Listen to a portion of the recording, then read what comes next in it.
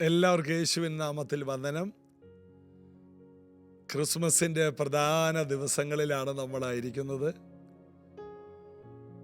ഒരു ദൂതൻ ഇറങ്ങി വന്ന്, ഒരു ദൂത സൈന്യം ഇറങ്ങി വന്ന് ആട്ടിടയന്മാരോട് പറഞ്ഞു, സർവ്വജനത്തിനും ഉണ്ടാകാനുള്ള മഹാസന്തോഷം ഞങ്ങൾ നിങ്ങളോട് സുവിശേഷീകരിക്കുന്നു.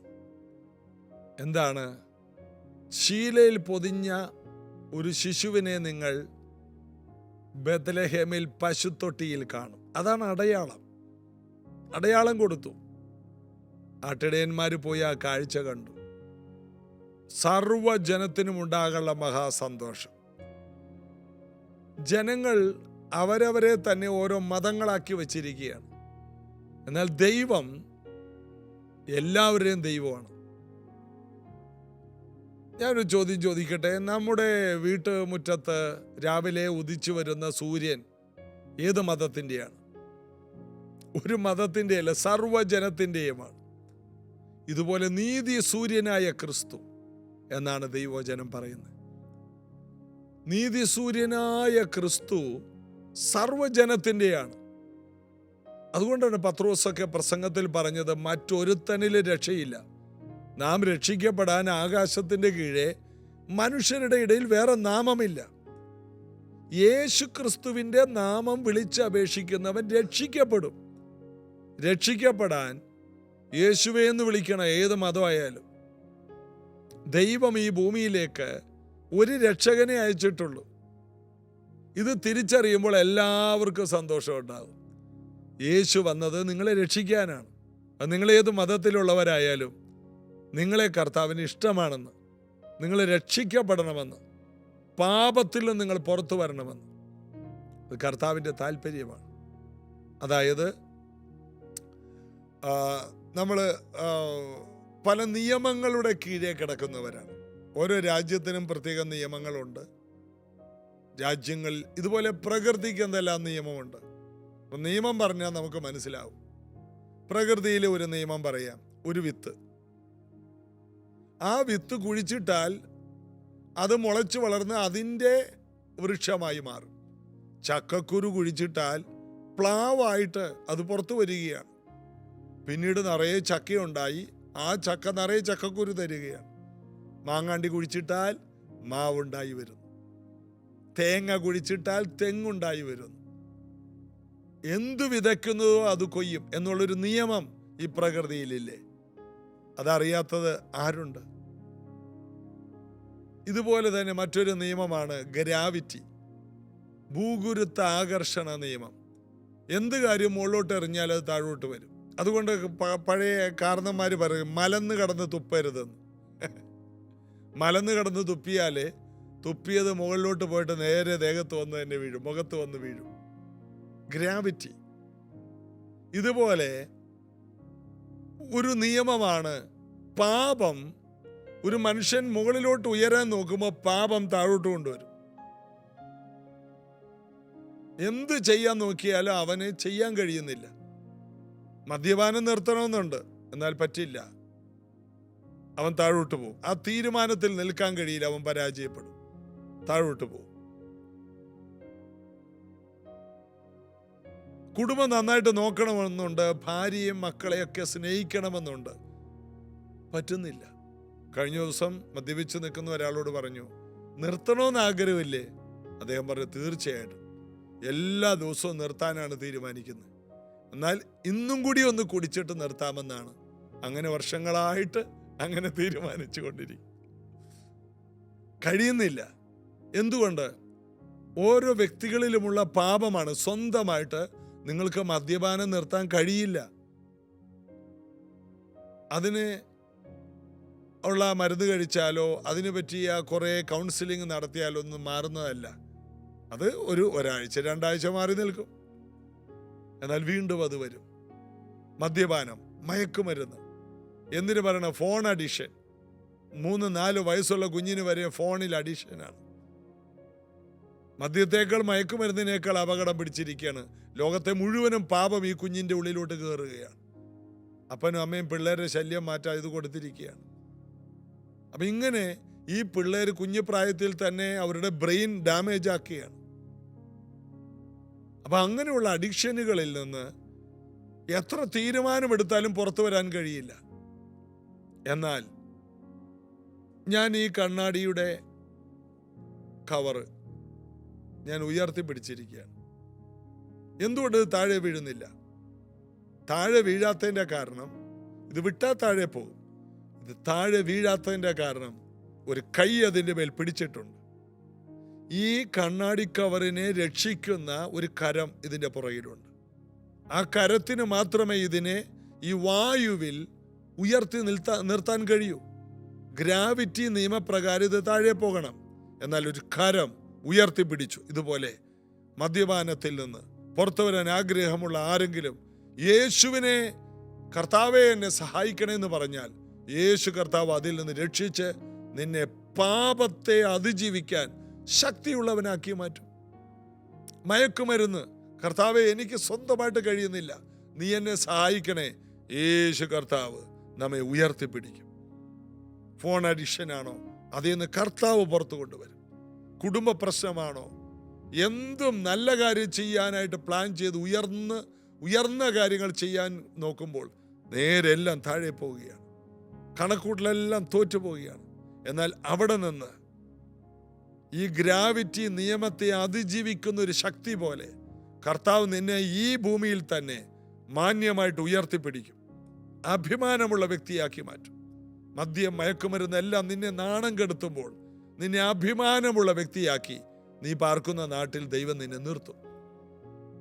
അതിനാണ് യേശു വന്നത്. ഒരു രക്ഷകന്റെ ആവശ്യമുണ്ട്.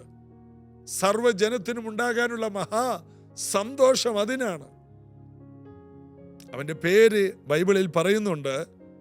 മറിയോട് പറയുമ്പോൾ മത്തായിയുടെ സുവിശേഷം 1-ാം അധ്യായത്തിന്റെ 21-ാം വാക്യം, അവൾ ഒരു മകനെ പ്രസവിക്കും, അവൻ തൻ്റെ ജനത്തെ അവരുടെ പാപങ്ങളിൽ രക്ഷിപ്പാൻ ഇരിക്കുന്നത് കൊണ്ട് നീ അവന് യേശു എന്ന് പേര് ഇടണമെന്ന് പറഞ്ഞു.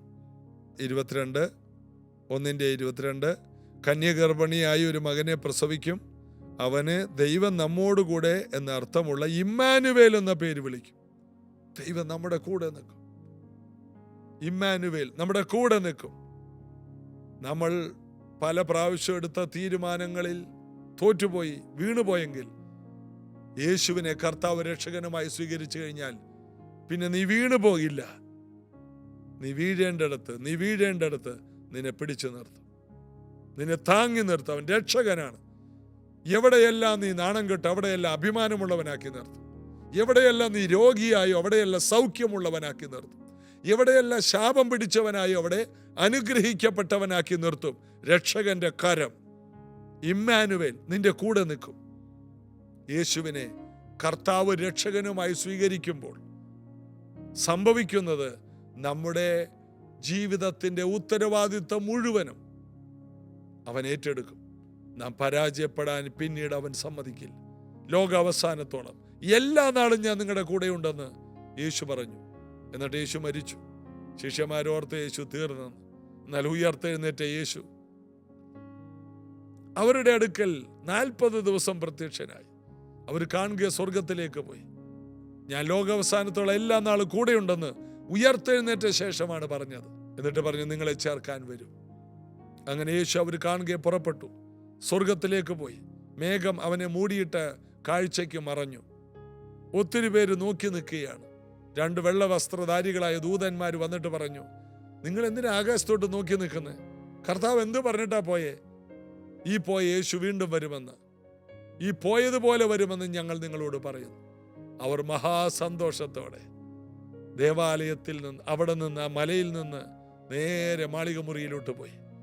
അവരൊരു 10 ദിവസം പാട്ടും പ്രാർത്ഥനയും ആനന്ദവുമായിരുന്നു. ആ 10-ാം ദിവസമാണ് പരിശുദ്ധാത്മാവ് ഇറങ്ങി വന്നത്. അത്യുന്നതന്റെ ശക്തി, മറിയുടെ മേൽ നിഴലിട്ട അതേ ശക്തി, യേശുവിന് ജന്മം കൊടുത്ത അതേ ശക്തി, ആ ശക്തിയെ എന്നേക്ക് നമ്മുടെ ജീവിതത്തിൽ ഇരിക്കേണ്ടതിന് കർത്താവ് ഈ ഭൂമിയിലേക്ക് അയച്ചു. മർക്കോസിന്റെ മാളിക മുറിയിലുള്ള ഒരാളിലല്ല, കൃപ ലഭിച്ച പത്രോസെ എന്നല്ല, കൃപ ലഭിച്ച തോമാസെ എന്നല്ല, സകലരിലും. അവിടെ 120 പേർക്ക് ഇരിക്കാനേ സ്ഥലമുള്ളൂ. 120 പേരിൽ. അതിനുശേഷം 3000 പേരിലേക്ക് അത് പടർന്നു പിടിച്ചു. പിന്നീട് പുരുഷന്മാർ മാത്രം 5000 ഒരാത്മ പകർച്ചയാണ്. അപ്പോസ്തല പ്രവൃത്തി 8 അവർ പുറപ്പെട്ടു. പീഡന നിമിത്തം ഫിലിപ്പോസ് ശമരിയയിൽ പോയി. അവിടെ പ്രസംഗിച്ചപ്പോൾ അവിടെയും ജനങ്ങൾ വിടുവിക്കപ്പെട്ടു. പത്രോസിനെയും യോഹന്നാനെയും യെരുശലേം സഭ 1000 അവിടെ വിടുവിക്കപ്പെട്ടു എന്ന് അറിഞ്ഞപ്പോൾ അവിടെ വിട്ടു. അവരവിടെ ചെന്ന് കൈവച്ചു. അവർ കൈവച്ചവരെല്ലാം അഭിഷേകത്താൽ നിറഞ്ഞു. അങ്ങനെ ഭൂമി മുഴുവനും പരിശുദ്ധാത്മാവിന്റെ ശക്തി കൊണ്ട് നിറയ്ക്കുന്ന ഒരു ശുശ്രൂഷ ആ കാലത്ത് അവർ ചെയ്തു. എന്തിനാണ്? യേശുവിൻ്റെ രക്ഷകനായ യേശുവിൻ്റെ അതേ ശക്തി യേശുവിനെ സ്വീകരിച്ച എല്ലാവരുടെയും അവകാശമാണ്. ഇന്ന് അറിയണം യേശു എന്തിനാണ് വന്നത്. നമ്മുടെ വീട്ടിൽ മഹാസന്തോഷമുണ്ടാകണം. ചെറിയ സന്തോഷമല്ല. ജോലി കിട്ടി, ഹല്ലേലൂയ. 2 ദിവസം കഴിഞ്ഞപ്പോൾ ജോലിയിൽ ഭയങ്കര വഴക്ക്, മാനേജർ ഭയങ്കര വഴക്ക്, തൊട്ടടുത്തിരിക്കുന്ന ആൾക്ക് നമ്മളോട് അസൂയ, ജോലിയിൽ തന്നെ പല പ്രശ്നങ്ങൾ, ടെൻഷനുകൾ. എന്നെ ഒത്തിരി നാടുകളിൽ നിന്ന് ജോലിക്കാർ വിളിക്കാറുണ്ട്. എന്നെ കഴിഞ്ഞ ദിവസം ഒരു ബ്രദറ് അമേരിക്കയിൽ നിന്ന് വിളിച്ചു. അമേരിക്കൻ റെയിൽവേയിലെ ജോലിക്കാരൻ, അവിടുത്തെ മാനേജരാണ്. എന്നാൽ അവിടുത്തെ ജോലി കഴിഞ്ഞ് 3 ട്രെയിൻ മാറിക്കാരണം, പിന്നെ ഒരു ബസ്സും കൂടി പിടിച്ചാലേ അദ്ദേഹത്തിന് വീട്ടിൽ ചെല്ലാൻ പറ്റൂ. അപ്പോൾ അതിരെയാവും വീട്ടിൽ ചെല്ലുമ്പോൾ. നമ്മൾ നോക്കുമ്പോൾ അമേരിക്കയിൽ ന്യൂയോർക്കിൽ ഏറ്റവും വലിയ ഒരു സ്ഥലത്ത്, അവിടെ ഏറ്റവും കൂടുതൽ സാലറി കിട്ടുന്ന സ്ഥലമാണ് റെയിൽവേ. അവിടുത്തെ മാനേജരാണ് നമ്മൾ നോക്കുമ്പോൾ. എന്നാൽ ആ ജോലി തന്നെ തനിക്കൊരു സങ്കടമല്ലേ? ജോലിയാണ്, പക്ഷെ അതിനകത്ത് ദുഃഖമുണ്ട്. എന്നാൽ അവിടെയെല്ലാം കർത്താവ് സഹായിക്കും. നമ്മൾ നോക്കുമ്പോൾ ഒരു ജോലി, എന്ത് കാര്യത്തിനും നമുക്ക് സ്വന്തമായിട്ട് അത് ജയകരമായി കൊണ്ടുപോകാൻ കഴിയില്ല. ദൈവം നമ്മുടെ പക്കൽ പെട്ടെന്നൊരു 10 കോടി രൂപ തന്നാൽ അത് മതി ചിലപ്പോൾ അറ്റാക്ക് വന്ന് ചാകാൻ. കാരണം അത് താങ്ങാൻ പറ്റിയില്ല. ഇത്രയും പൈസ എന്ത് ചെയ്യും? ഇതെവിടെ കൊണ്ടുവന്ന് വെക്കും? എന്ത് ചെയ്യും? പണ്ടൊരാൾ ലോട്ടറി അടിച്ചപ്പോൾ അയാൾ ചെയ്തത് തൊട്ടടുത്തുള്ള സിനിമാ കോട്ടയിൽ അവിടെ ചെന്നിട്ട് പറഞ്ഞു, ഇന്ന് മുഴുവനും ടിക്കറ്റ് എനിക്ക് തരണം, ഞാൻ ഒറ്റക്കിരുന്ന് കാണാം. അങ്ങനെ ഒറ്റക്ക് പോയിരുന്ന് സിനിമ കണ്ടെന്ന്. കാശ് പെട്ടെന്ന് അദ്ദേഹം തീർത്തു. കാരണം കയ്യിൽ പണം വന്നാൽ അത് ഹാൻഡിൽ ചെയ്യാനുള്ള കപ്പാസിറ്റി വേണം. വിവാഹം കഴിച്ചാൽ കുടുംബം കൊണ്ടുപോകാനുള്ള പ്രാപ്തി വേണം. തലമുറകൾ ജനിച്ചാൽ അവരെ വളർത്തിയെടുക്കാനുള്ള പ്രാപ്തി വേണം. രക്ഷകൻ കൂടെയിരുന്നാൽ, ഇമ്മാനുവൽ കൂടെയിരുന്നാൽ, ഞാൻ ലോകാവസാനത്തോളം എല്ലാ നാളും കൂടെയാണ്. ആ കർത്താവിൻ്റെ ആത്മാവ് നമ്മെ സ്പർശിച്ചാൽ നമ്മുടെ ജീവിതം ധന്യമാകും. നമ്മുടെ വീട് മഹാസന്തോഷമായി മാറുമെന്ന്.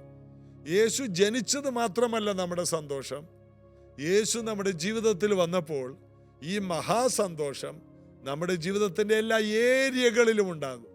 എല്ലാ ദിവസവും ഉണ്ടാകും. വിഷയങ്ങളുണ്ടോ? ആവശ്യം പോലെ. ഞാൻ പറഞ്ഞില്ലേ, ആ റെയിൽവേയിലെ ജോലിക്കാരൻ 100 കണക്കിന് വിഷയമാണ്. നല്ലൊരു കർത്താവിൻ്റെ മകനായതുകൊണ്ട് അദ്ദേഹം ആ ജീവിതം എൻജോയ് ചെയ്യുകയാണ്. നമ്മൾ തന്നെ ഓർക്കും, അവരെങ്ങനെ ഇതൊക്കെ താങ്ങുന്നു? അതിനെ അതിജീവിക്കാനുള്ള സന്തോഷം ദൈവം അവർക്ക് കൊടുത്തിട്ടുണ്ട്.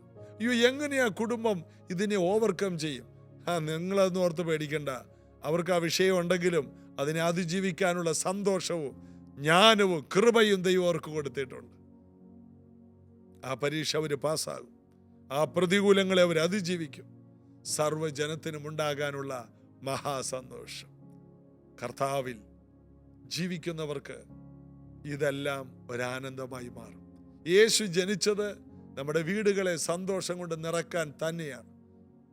ഈ സത്യം അനേകരോട് പറയാൻ കർത്താവിൽ നമുക്ക് ബലപ്പെടാം. ഒരുമിച്ച് പ്രാർത്ഥിക്കാം. യേശു കർത്താവേ, മനോഹരമായ ദിവസം തന്നതിനായി നന്ദി. അങ്ങ് ഈ ഭൂമിയിലേക്ക് വന്നതുകൊണ്ട് ഞങ്ങൾക്ക് പാപത്തിൽ നിന്ന് സ്വാതന്ത്ര്യം കിട്ടി. അല്ലായിരുന്നെങ്കിൽ ജാതികളായ ഞങ്ങൾക്ക് സത്യമറിയാതെ അന്ധതയിൽ നിരാശ കൊണ്ട് ജീവിക്കണമായിരുന്നു. ഈ സന്തോഷം ഞങ്ങളുടെ ഉള്ളിൽ, ഈ ആഘോഷം ഞങ്ങളുടെ ഉള്ളിൽ തന്നതിനായിട്ട് നന്ദി. എല്ലാ സ്തുതിയും അങ്ങേക്ക് തരുന്നു. യേശുവേ, ഈ സത്യം ആയിരങ്ങൾക്ക് കൊടുക്കുവാൻ, ഈ സന്തോഷ ദിവസങ്ങളിൽ സുവിശേഷം അറിയിപ്പാൻ, അനേകർക്ക് ട്രാക്റ്റ് കൊടുക്കുവാൻ, അനേകർക്ക് ബൈബിള് കൊടുക്കുവാൻ, ഗിഫ്റ്റുകൾ കൊടുക്കുവാൻ, സുവിശേഷം അറിയിപ്പാൻ എല്ലാം ഞങ്ങളെ സമർപ്പിക്കും യേശുവിൻ നാമത്തിൽ. ആമേൻ. ഈ സന്തോഷ ദിവസങ്ങളിൽ പല വീടുകളിലും പോയി നിങ്ങൾക്ക് ഗിഫ്റ്റുകൾ കൊടുക്കാനുള്ള അവസരമാണ്. എന്തെങ്കിലുമൊക്കെ ഗിഫ്റ്റ് വാങ്ങി പല വീടുകളിൽ കൊടുക്കുക. എന്നിട്ട് പറയണം, യേശു നിങ്ങൾക്ക് വേണ്ടിയുള്ളതാണ്. ഒത്തിരി പേർക്ക് കേക്കുകൾ വാങ്ങി കൊടുക്കാം. ഏതെങ്കിലുമൊക്കെ ഒരു പേരിൽ കർത്താവിൻ്റെ ജനനത്തെ മറ്റുള്ളവരുടെ ഹൃദയത്തിൽ ആമേൻ എത്തിക്കുവാൻ നമുക്ക് ശ്രമിക്കാം. നാളെ ഇതേ സമയത്ത് ഒരുമിച്ച് കൂടാൻ മാത്രമല്ല, നാളെ വ്യാഴാഴ്ച ഒരു ക്രിസ്മസ് പ്രോഗ്രാം തന്നെ നമ്മുടെ ചർച്ചിലുണ്ട്. അന്നത്തെ ദിവസം പള്ളിയിൽ പോകുന്നവർക്ക് ഇത് വളരെയധികം പ്രയോജനം ചെയ്യുന്നൊരു മീറ്റിംഗ് ആണ്. ഒത്തിരി പേരെ നിങ്ങൾ ഇൻവൈറ്റ് ചെയ്യണം. ക്രിസ്മസ് സെലിബ്രേഷൻ എന്ന പേരിൽ തന്നെയാണ് വെച്ചിരിക്കുന്നത്. പ്രൈസ് ജനറേഷൻ ചർച്ചിൽ രാവിലെ 10:30 ആരംഭിക്കും. നിങ്ങൾ കടന്നു വരണം. ഒത്തിരി അനുഗ്രഹിക്കപ്പെട്ട സന്തോഷത്തിൻ്റെ സമയമായിരിക്കും. God bless you. നാളെ ഇതേ സമയത്ത് കാണാം. ആമേൻ.